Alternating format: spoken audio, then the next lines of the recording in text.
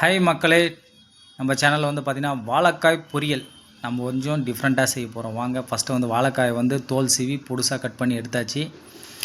அது வந்து பார்த்திங்கன்னா தண்ணி நல்லா காஞ்ச உடனே அந்த தண்ணியில் போட்டு ஒரு ஹாஃப் பாயில் அளவு நம்ம வந்து ரெடி பண்ணிக்க போகிறோம். அந்த தண்ணியில் இருக்கிற தண்ணி நல்லா கொதிச்ச பருக்கு போட்டால் போதும். அதில் வந்து மஞ்சத்தூள் உப்பு ஆட் பண்ணிக்கிறோம். நெக்ஸ்ட்டு வந்து பார்த்திங்கன்னா கடாயில் எண்ணெய் காய வச்சு அந்த கடாயில் வந்து பார்த்திங்கன்னா கடுகு ஆட் பண்ணுறோம். நெக்ஸ்ட்டு வந்து பார்த்திங்கன்னா ஒரு பெரிய வெங்காயம் வந்து பொடுசாக கட் பண்ணி வச்சுருக்கோம்.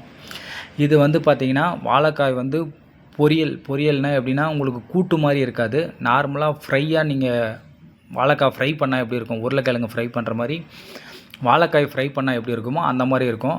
இது வந்து டேஸ்ட் வந்து பார்த்திங்கன்னா டிஃப்ரெண்ட்டாக இருக்கும். நல்லா ட்ரையாக இருக்கும், ஸ்கிரிப்ஸியாக இருக்கும் சாப்பிட்றதுக்கு. உங்களுக்கு சின்ன வெங்காயம் பொடுசாக கட் பண்ணி அந்த வெங்காயம் வதங்கின பிறகு வந்து பார்த்திங்கன்னா நெக்ஸ்ட் வந்து அதில் வந்து உப்பு ஆட் பண்ணுறோம்.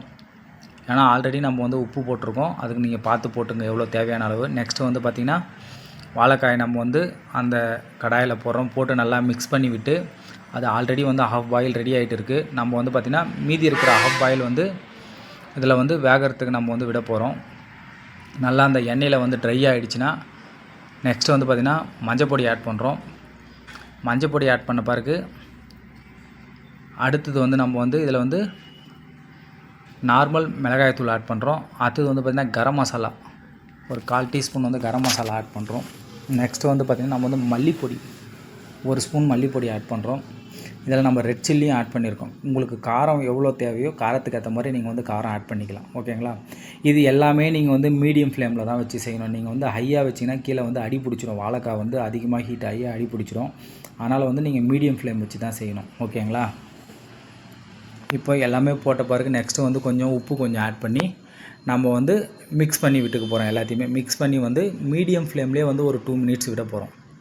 ஓகேங்களா? நம்ம அதிகமாக தீ வச்சிட்டோம் அப்படின்னு பார்த்திங்கன்னா அந்த மிளகாய்த்தூள் மட்டும் தான் இருக்குது. அதில் கீழே வந்து கிரேவி எதுவுமே இல்லைங்க. அதனால் வந்து பார்த்திங்கன்னா கருகின ஸ்மெல்லு வரும் ஒரு மாதிரி வந்து. அதனால் வந்து பார்த்திங்கன்னா இது எல்லாமே போட்டுட்டு பாருங்கள், எல்லாமே ஒரு சுற்று அப்படியே மிக்ஸ் பண்ணி விட்டுட்டு நம்ம ஒரு 2 மினிட்ஸ் வந்து மிக்ஸ் பண்ணி அப்படியே எடுத்துக்க போகிறோங்க.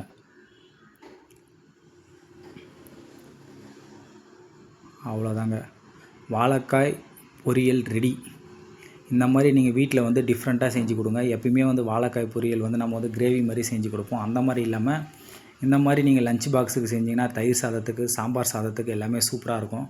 நீங்களும் உங்கள் வீட்டில் ட்ரை பண்ணி பாருங்கள். ட்ரை பண்ணி பார்த்துட்டு எப்படி இருக்குன்னு சொல்லிட்டு கமெண்ட் பண்ணுங்கள், சப்ஸ்கிரைப் பண்ணுங்கள், லைக் பண்ணுங்கள்.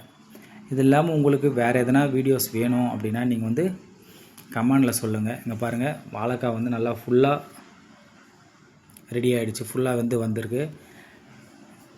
அவ்வளோதாங்க. இப்போ பாருங்கள், அந்த மிளகாய்த்தூள் மசாலாலாம் பார்த்திங்கன்னா நல்லா நம்ம போட்டது வந்து வாழைக்காயில் நல்லா பிடிச்சி வந்திருக்கு பாருங்கள். அது நீங்கள் மீடியம் ஃப்ளேமில் பண்ணால் மட்டும்தாங்க அப்படி வரும். இல்லைனா வாழைக்காய் வந்து கடாயில் பிடிச்சிரும்.